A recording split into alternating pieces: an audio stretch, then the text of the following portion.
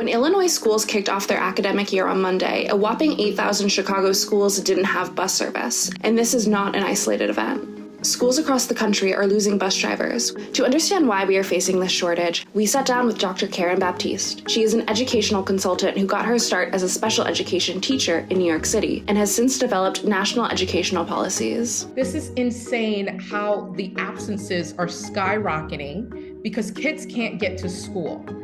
I don't think the government is really thinking about the long-term damage on society that we are not pouring enough funds into education.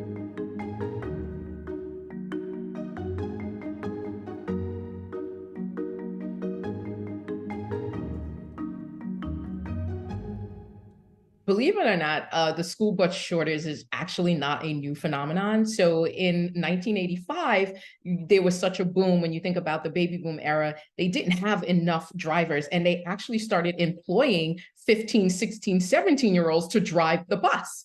And so you think now we are 4 decades later, still dealing with the same issue in the United States around the school bus shortage.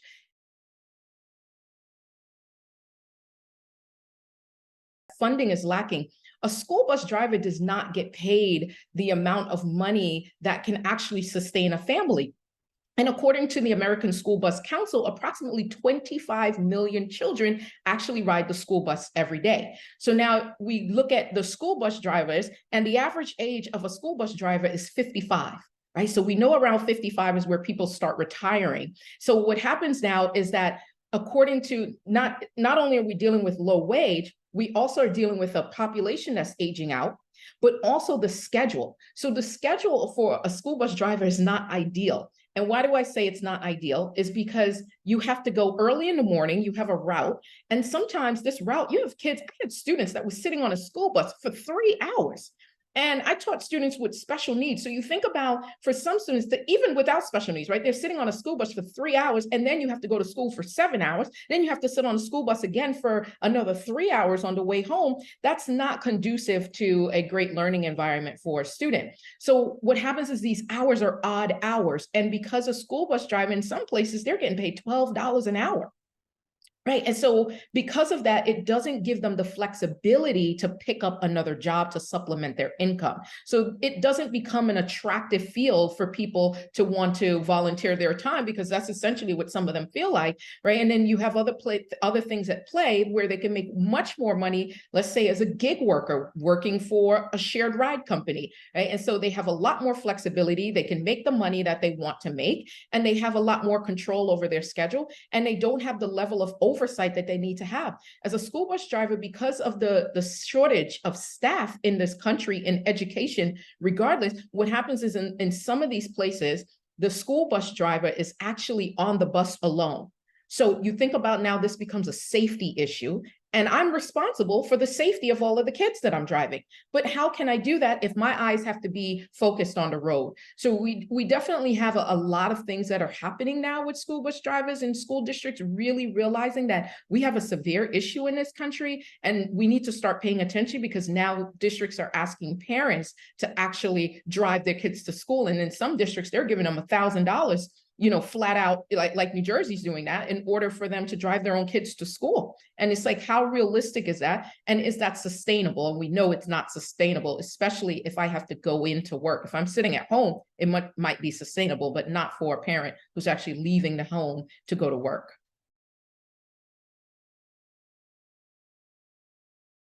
Definitely is an increasing problem. Funding is always at the root of a lot of the issues that we have going on in this country. More than 50% of districts in this country have reported being in a severe shortage of bus drivers, right? And this is according to NAPT, which is the National Association of Pupil Transportation. In some states like Massachusetts and New York, it's gotten so bad that they had to activate the National Guard. Right. And so we know that in this country, when you activate the National Guard, that means you have a significant emergency. We tend to see National Guard activated for hurricanes, right? Let's say natural disasters. So the fact that we have to activate the National Guard to drive school buses, that means we really need to be paying attention, because if kids can't get to school, how do we expect kids to learn? During COVID in 2020, we had about 280,000 bus drivers in the United States. Now, fast forward, we're in 2023, we're down to about 185,000 bus drivers, right? So again, we have to go back to what is the root? The root is we're not paying bus drivers enough money, right? So that's one of the issues. Nobody nowadays is signing up for low wage jobs. I mean, then we had people who would sign up and give their all, but as this population is aging out and you're trying to recruit a new, younger generation, this is not enticing to them. I don't want to put my livelihood on the line and be responsible for the safety of 50 children on a school bus for $12 an hour. Right. And then I'm responsible for driving the bus safely and ensuring that kids are all safe on the bus. That's not realistic. And so because it's not attractive for the younger generation, they're having a difficult time recruiting people to fill these roles. And even for the population that's aging out, I mean, why would I want to have to get up so early in the morning, drive this route for about 3 hours, and then I only have about 3 hours in between by the time I get them to school, because now I have to get back on that route to pick kids back up to bring them back home. So again, it's not a flexible situation for bus drivers. And so school districts are going to have to really start working with the state at the state level to ask for additional funds and make sure that those funds are earmarked specifically for drivers. But also, we need to get enough personnel on the school bus so that we can ensure the safety of all of the students on the bus and the driver themselves, right? And then on top of that, increase the wage, right? So if we increase the wage, we make it more attractive, at least a person at least has a thought about, oh, should I not, versus I'm absolutely not doing it. And that's where a lot of people are right now, where they're just absolutely are not excited to jump into this role.